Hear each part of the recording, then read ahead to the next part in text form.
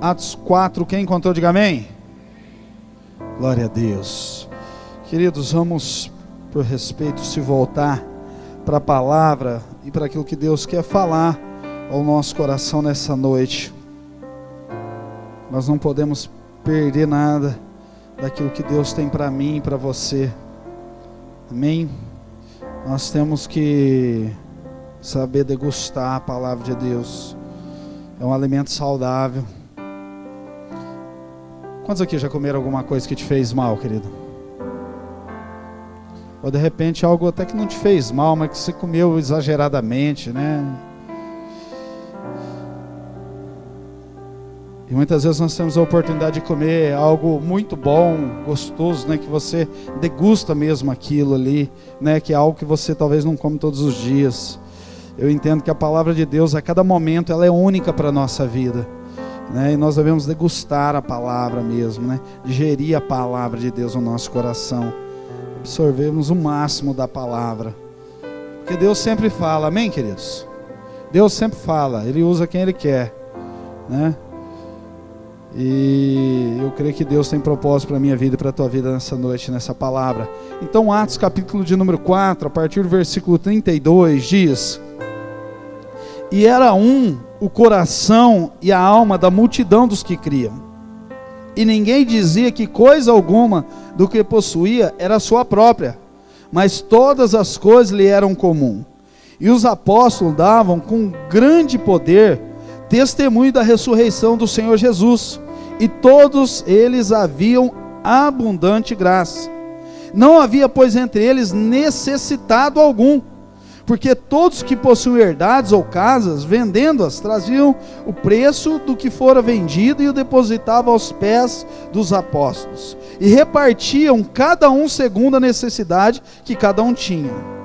Então José, cognômino pelos apóstolos Barnabé, que traduzido é filho da consolação, levita natural de Chipre, possuiu uma herdade, vendeu e trouxe o preço e depositou aos pés dos apóstolos.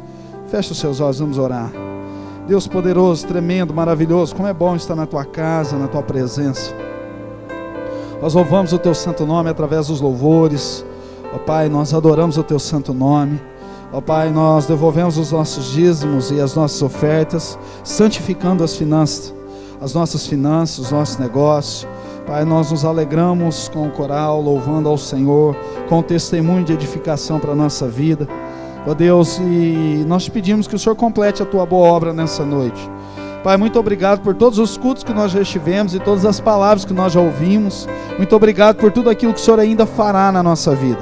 Mas esse momento, Senhor, este dia, essa palavra, nós nunca mais a vivenciaremos, ó Deus. Esse momento é um momento único, e que haja respeito, ó Pai, com a tua palavra, e que o nosso coração esteja quebrantado, como uma terra arada e preparada, que anseia pela semente da tua palavra.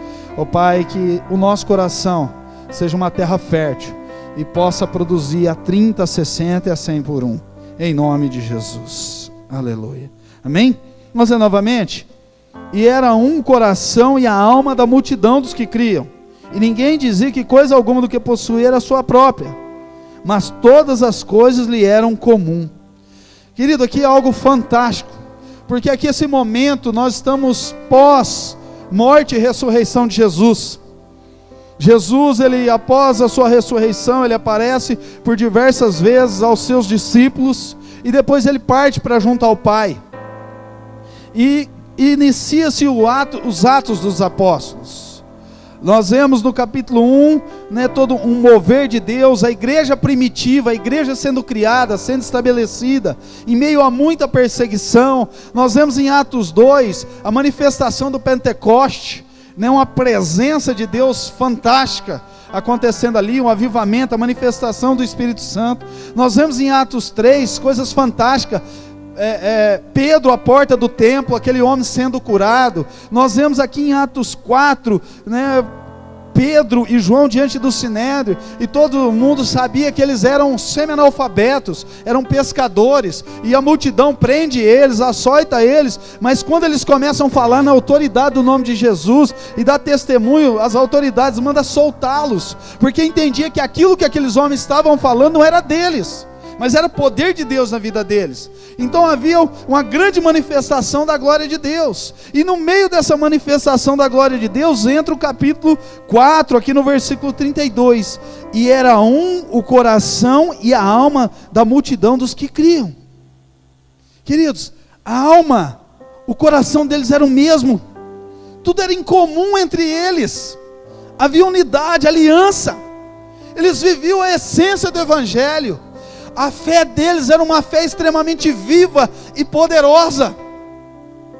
Queridos, e aqui eu começo a entender, e Deus tem ministrado muito ao meu coração, que infelizmente não se vive um cristianismo autêntico, na íntegra do coração e da alma do povo, meu e seu. Por quê, querido? Porque o nível do nosso cristianismo, o nível da nossa fé, o nível da nossa firmeza em Deus, o nível da nossa fidelidade em Deus, o nível de nós nos aprofundarmos em fazer a obra e estarmos firmes na presença de Deus, depende na sua grande maioria do resultado da nossa vida, das respostas que nós estamos tendo. Infelizmente, e eu gostaria, querido, que esta palavra que Deus tem para mim e para você avaliasse o teu coração. Provérbios 4, 23, a palavra diz: sobre tudo que se deve guardar, guarde o seu coração, porque dele procede a saída da vida. Tudo procede do seu coração. O adultério é na cama. Não, na cama se consumou, ele se estabeleceu no coração. O roubo foi quando eu peguei, pus no bolso aquilo que não era meu e levei embora. Não, ali se consumou. Ele deu partida, ele iniciou, ele foi inaugurado quando eu estabeleci no meu coração. A mentira foi formulada no meu coração, depois eu verbalizei ela e sustentei ela, e daí por diante. A Bíblia diz que um abismo traz outro abismo. Então, querido, sobre tudo que se deve guardar, guarde o seu coração, porque dele procede as saídas da vida. Tudo se inicia aí no seu coração. E nesta noite eu gostaria que você desse liberdade ao Espírito Santo de Deus, para que vasculhe o teu coração. Dê liberdade, querido, não fique com autodefesa, porque muitas vezes Deus quer falar conosco e nós ficamos já dando resposta para o Espírito Santo, dando desculpa para o Espírito Santo, justificando para o Espírito Santo, e impedindo Deus de falar conosco. Eu digo que a pior mentira é aquela que nós contamos para nós mesmos. Mentir para os outros é horrível, porque o pai da mentira é Satanás. Mas a pior mentira é quando eu conto uma mentira para mim mesmo. É quando eu conto uma mentira para mim e acredito nela. É quando eu estou me enganando. Então, querido, eu tenho que ser realista.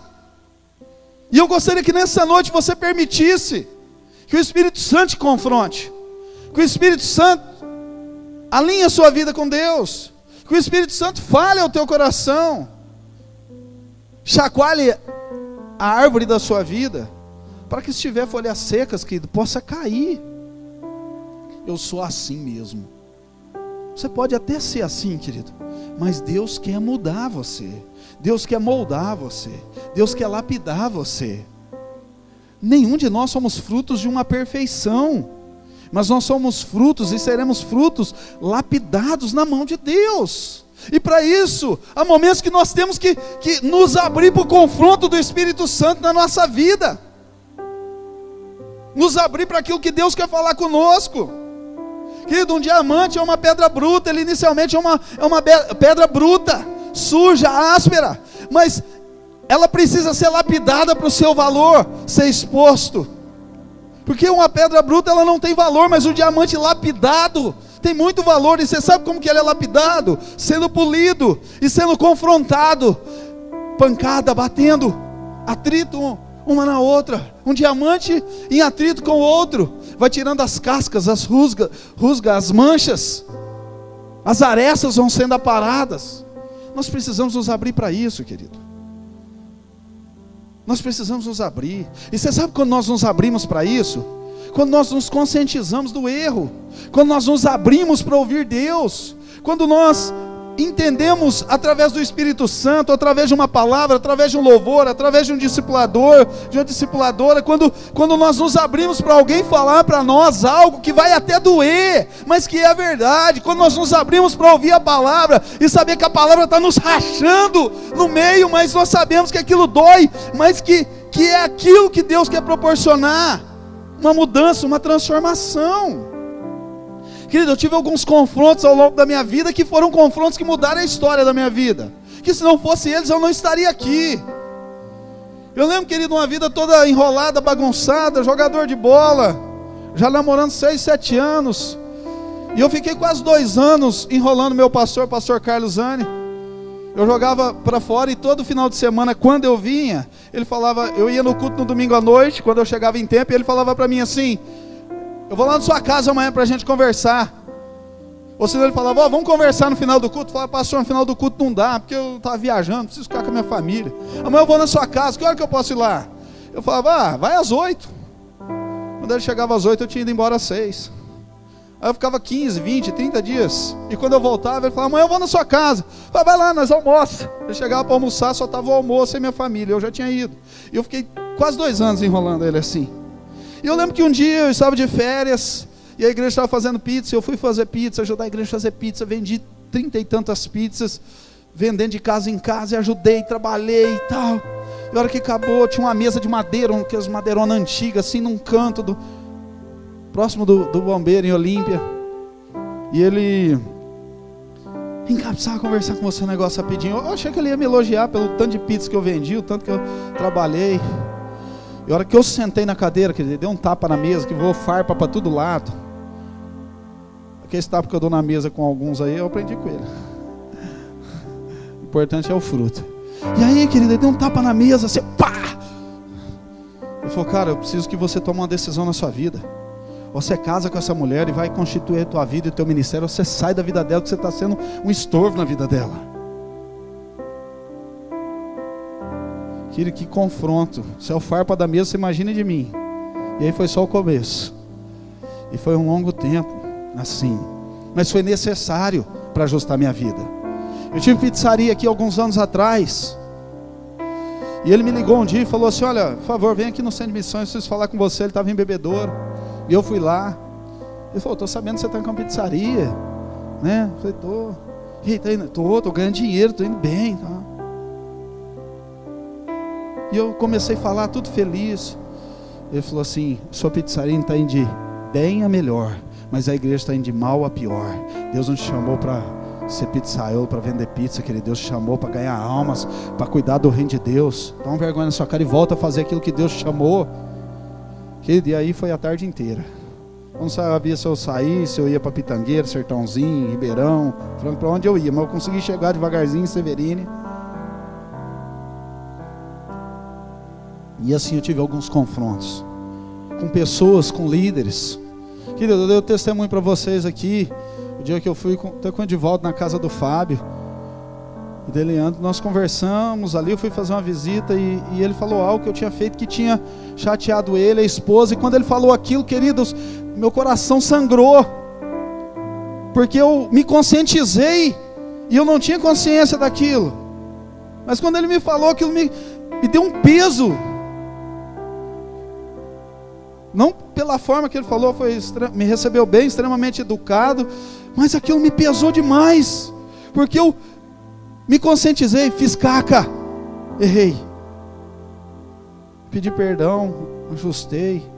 E assim a gente tem confrontos na nossa vida, querido, e nós temos que estar aberto a esses confrontos, vindo por líderes, vindo por pessoas, vindo pelo esposo, pela esposa, pelos pais, vindo pelo próprio Deus, vindo pelo próprio Espírito Santo. Nós precisamos estar aberto a isso, porque senão nós ficamos criando autodefesa e não vamos chegar a lugar algum. Querido, aqui a Bíblia diz que era um o coração e a alma do povo, que eles tinham tudo em comum. Sabe por quê? Porque eles viviam a essência do Evangelho, eles viviam o cristianismo verdadeiro. Nós estamos aqui em busca do quê? Ver a hora que termina para a gente sair, comer uma pizza, comer um lanche, ir embora, fizemos o nosso compromisso como cristãos. Querido, aqui existia uma igreja que estava sendo perseguida, mas que está vivendo a essência do Evangelho, e Deus tem ministrado muito ao meu coração, querido, que você está em paz e alegria não depende dos resultados. Se você tem vivido uma fé de resultados na sua vida, você não está convertido verdadeiramente. Se Jesus voltar, vai ficar, querido. Se quando as coisas dão certo na sua vida, ninguém vai ficar feliz porque está dando tudo errado. Isso é hipocrisia se eu falar isso.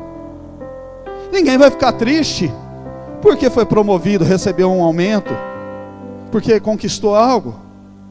Não, isso é hipocrisia se eu falar que você vai ficar triste. Não, se trocou o carro, você vai ficar feliz.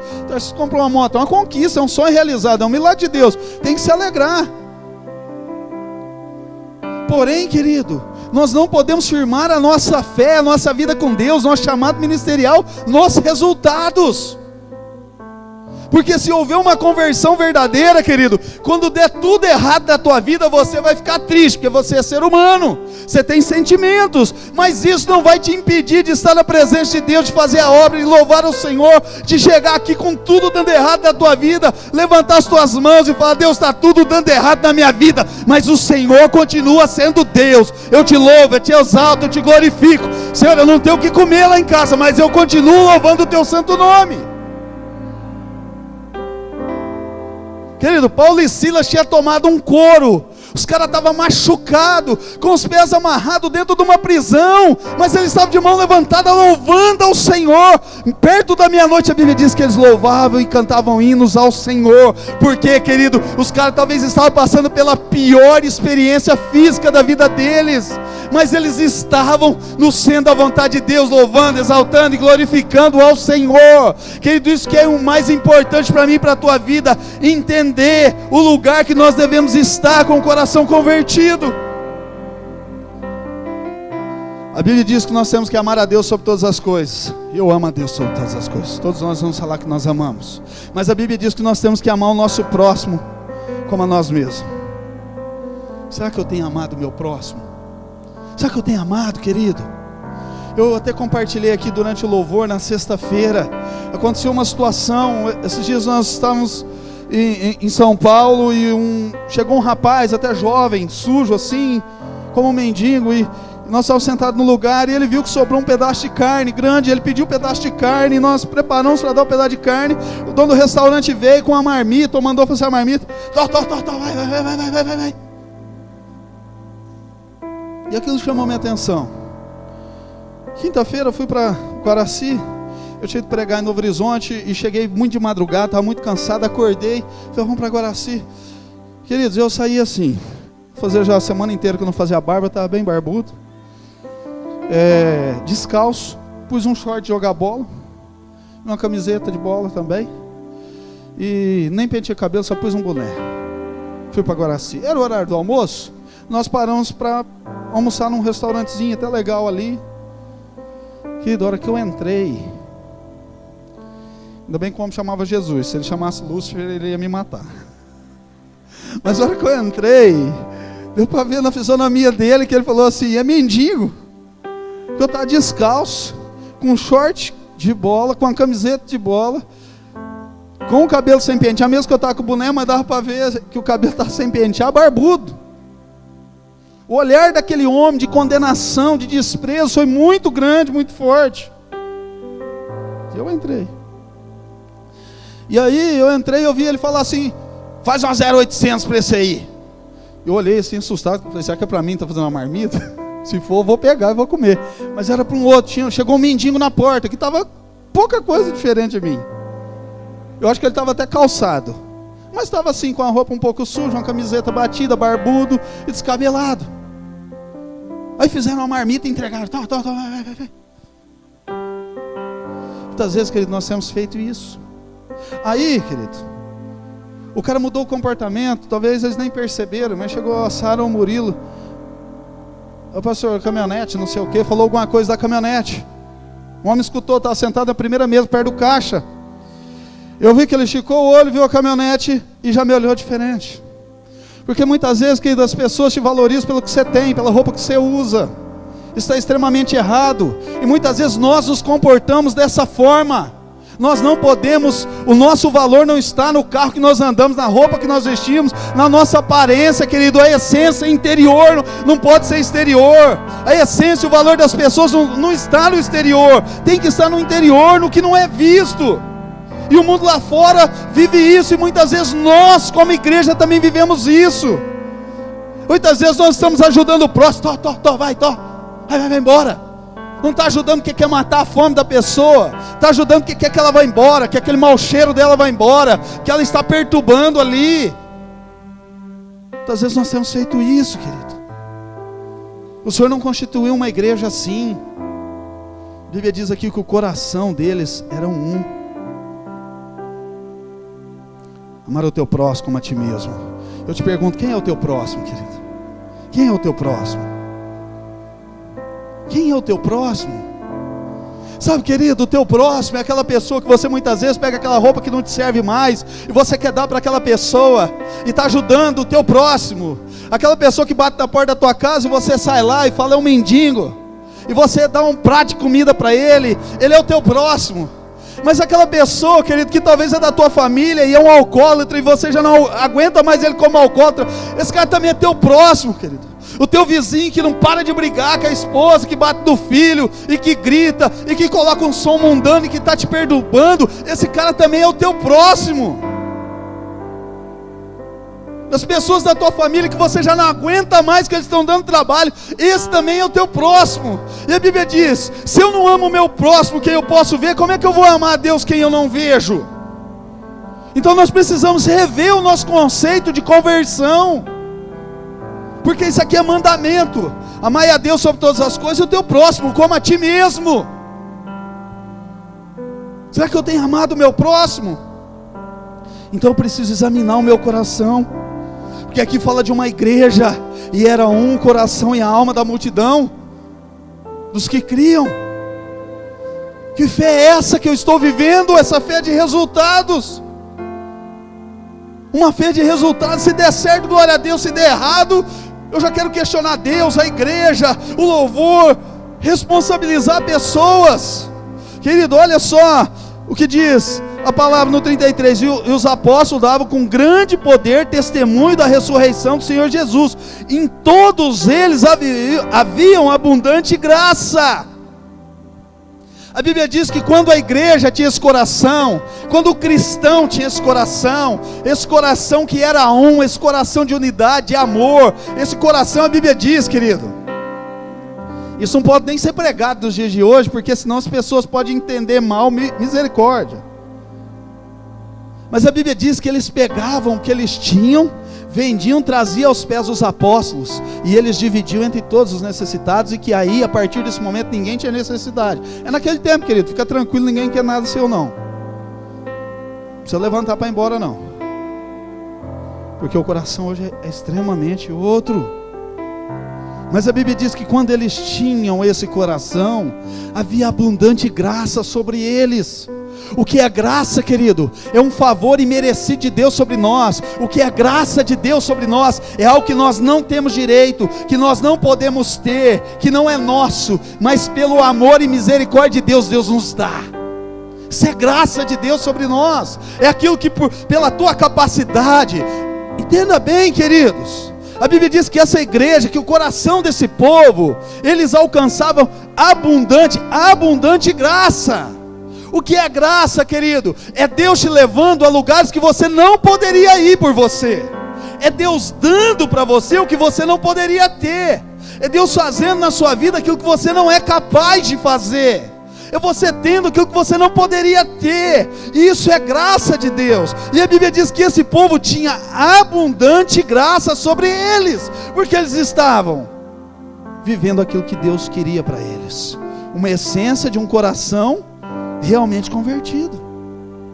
Querido, se na sua vida está faltando a graça de Deus, cuidado, alinha a tua vida, vasculhe o teu coração. Se precisar renunciar a alguma coisa, renuncie. Precisar recomeçar alguma coisa, recomece, volte para Deus. Volte a buscar o Senhor como um dia você já buscou. A palavra diz, buscar-me-eis e me achareis quando me buscar de todo o coração.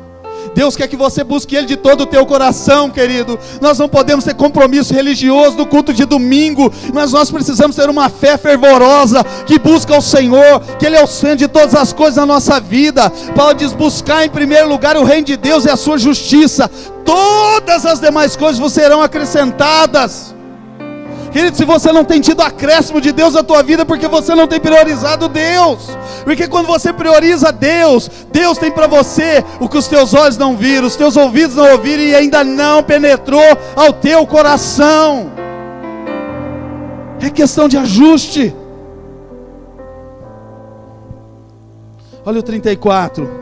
Não havia, pois, entre eles necessitado algum, porque todos que possuíam herdades ou casas, vendiam e traziam o preço que fora vendida e depositava aos pés dos apóstolos. Coração convertido, querida.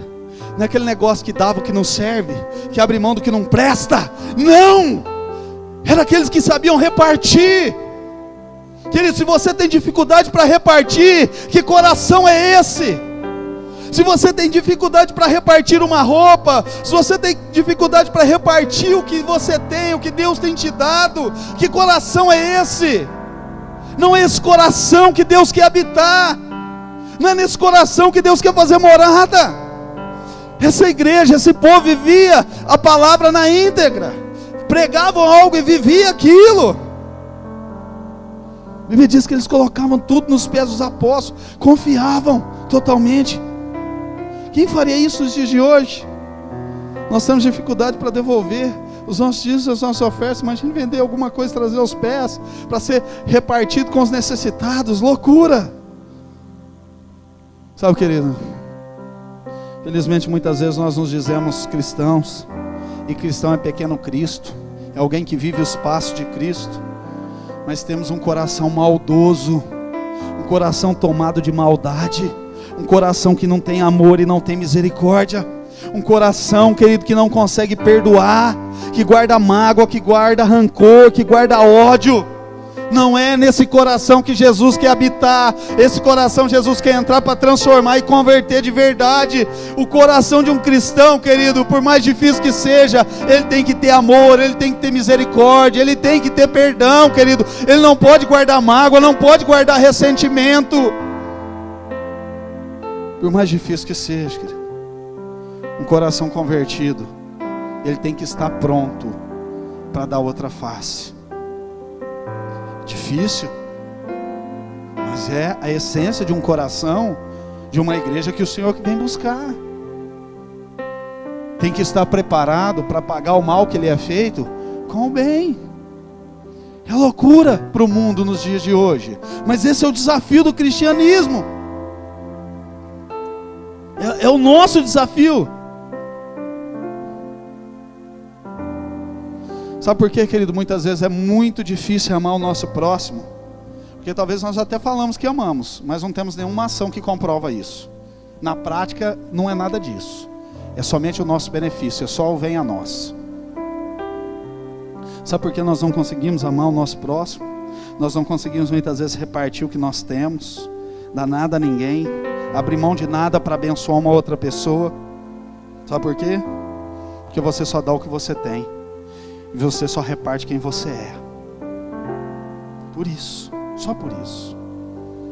A Bíblia diz em Atos 3 que o cara coxo estava lá na porta do templo, Formosa, coxo, aleijado, com uma canequinha pedindo moeda para comer uma esfirra, um salgado. E alguns passaram lá e deram o quê?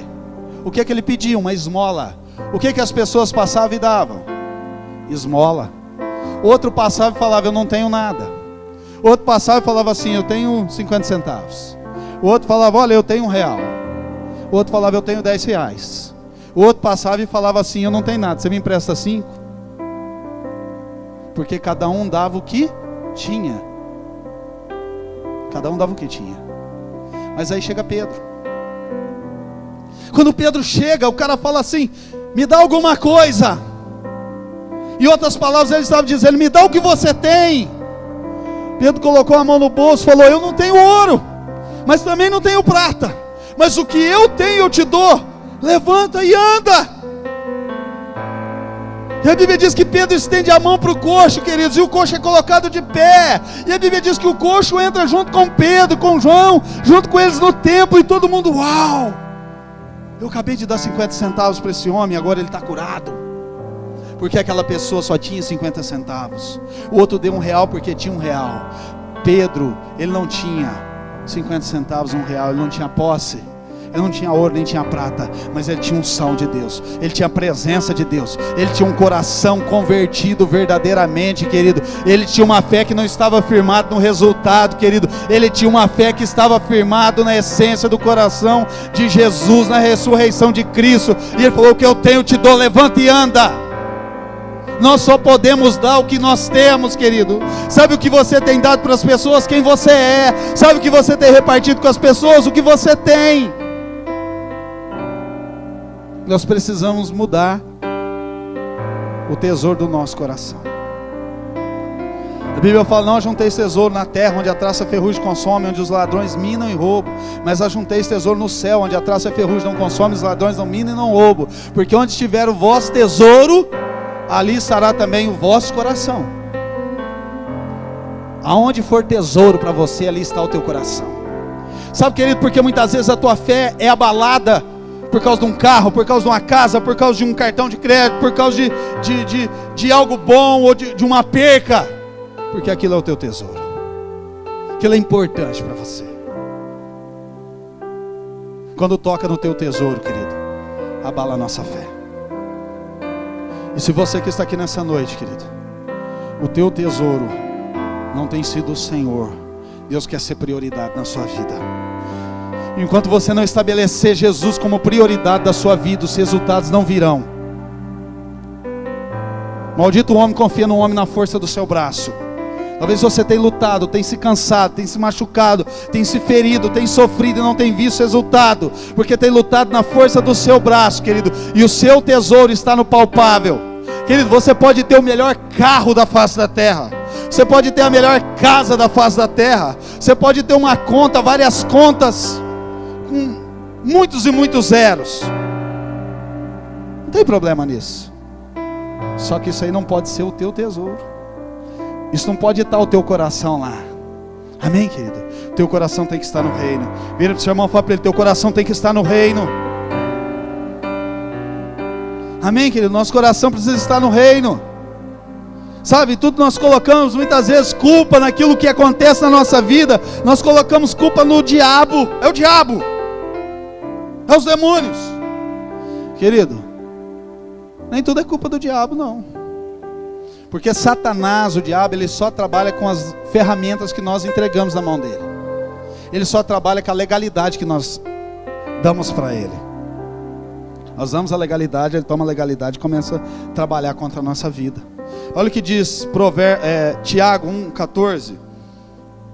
Cada um, porém, é tentado pela própria cobiça, sendo por ela arrastado e conduzido. Cada um, porém, é tentado pela sua própria cobiça, sendo por ela arrastado e seduzido. Querido, se você perdeu um emprego e junto com o emprego foi a tua fé, a tua cobiça estava naquilo, e aquilo te arrastou e te conduziu. Você perdeu a tua casa e aquilo abalou a tua fé, porque aquilo era a tua cobiça, ela te arrastou e te conduziu. Por isso nós precisamos, querido, estar firmado em Deus, com uma fé inabalável, com um coração correto e íntegro. Em Gênesis 12, Deus vem para Abraão e fala para ele: Abraão, sai da tua terra, da tua parentela, da casa do teu pai, e vai para onde eu te mostrarei. Abraão renunciou à casa do pai, o conforto. Ele aceitou o desafio, aceitou um grande desafio. E aí Deus prometeu para ele um filho. Deus falava para ele: Abraão, conta as estrelas do céu, assim será a sua descendência. Deus falava para ele: Abraão, conta a poeira, conta a areia da praia, assim será a sua descendência. Mas ele não tinha um filho. Mas quando ele tem 100 anos, Deus dá um filho para ele. E Abraão é um homem que sempre caminhou corretamente diante de Deus. O coração dele sempre esteve em Deus.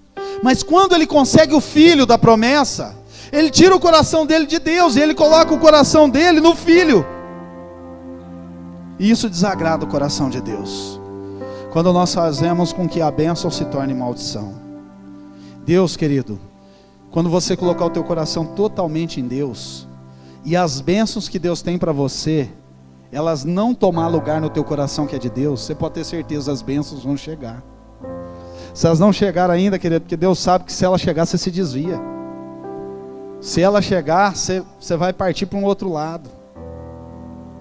Tem bênção que ela já está pronta para vir, é você que não está pronto para receber, não está preparado. Vê que talvez você recebe, a pessoa recebe uma coisa, ela já muda o foco, o propósito. Querido, bênçãos são acréscimos de Deus na nossa vida. Prioridade é Deus, é o coração em Deus. E aí Abraão desalinha, ele desalinha o coração dele com Deus, e ele coloca o coração dele no filho. O que Deus faz para ele?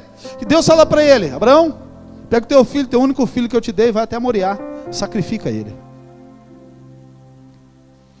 E aquele momento da partida da casa de Abraão até o Monte Moriá, Deus foi trabalhando no coração dele.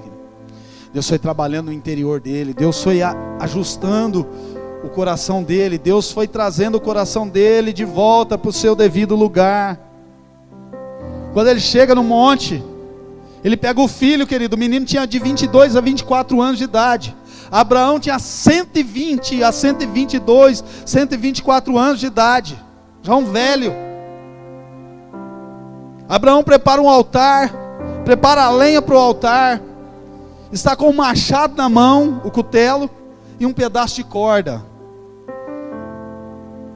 E o menino vira para o pai e fala: pai, tem o altar, tem o cutelo, tem a corda, está tudo pronto, mas cadê o animal para o sacrifício? E o pai, já com o coração alinhado em Deus, fala: Deus proverá, filho. Mas o sacrifício era o filho. E aí eu acredito o momento mais difícil da vida de Abraão, quando ele tem que chegar para o seu filho Isaque e falar: filho, você foi tudo o que eu mais sonhei na minha vida inteira. E há 20 e poucos anos atrás, Deus cumpriu a promessa. E Deus me deu você. Mas quando Deus me deu você, filho, e como você era o que eu mais busquei nessa vida, o que eu mais sonhei, eu deixei de adorar a Deus como eu deveria. Eu deixei de confiar em Deus como eu deveria. E eu voltei o meu coração para você e deixei Deus de lado. E agora Deus me fez um pedido, filho. E esse pedido é você. Eu preciso te sacrificar. Aquele menino deitou sobre o altar, querido. Porque um pai com 120 anos não teria força para pegar um menino de 20, 24 anos de idade. Aquele filho entendeu o que era melhor obedecer. Ele deita. O pai amarra ele. E a Bíblia diz que quando Abraão pega o cutelo, o machado, ergue ele no mais alto que ele podia. E quando ele vai descer o machado para imolar sobre o filho, Deus brada: Abraão! E Abraão olha e vê um animal preso com a pata na grama, no mato. E Deus fala para ele: Abraão, hoje eu sei que eu passei a ser prioridade novamente no teu coração. Sacrifica o animal e fica com seu filho. Sabe, querido, tem coisas que nós não precisamos passar pela perca. Nós não precisamos sacrificar. Nós só precisamos colocar cada coisa no seu devido lugar na nossa vida. Deus tem que ser a prioridade.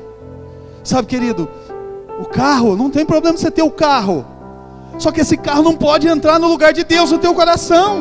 Não tem problema você ter a casa, você ter a conta bancária, você ter a boa roupa, seja o que você gostar, querido. Seja o que você sonhar, o que você desejar, não tem problema. Só que isso nunca pode tomar o lugar de Deus no teu coração. Abraão ia ter que perder o filho, mas deu tempo dele ajustar. E ele colocou Deus no centro do coração dele, e o filho num lugar muito importante da vida dele, mas não no lugar de Deus. Quando há esse ajuste, esse alinhamento, Deus ordena a bênção. Amém?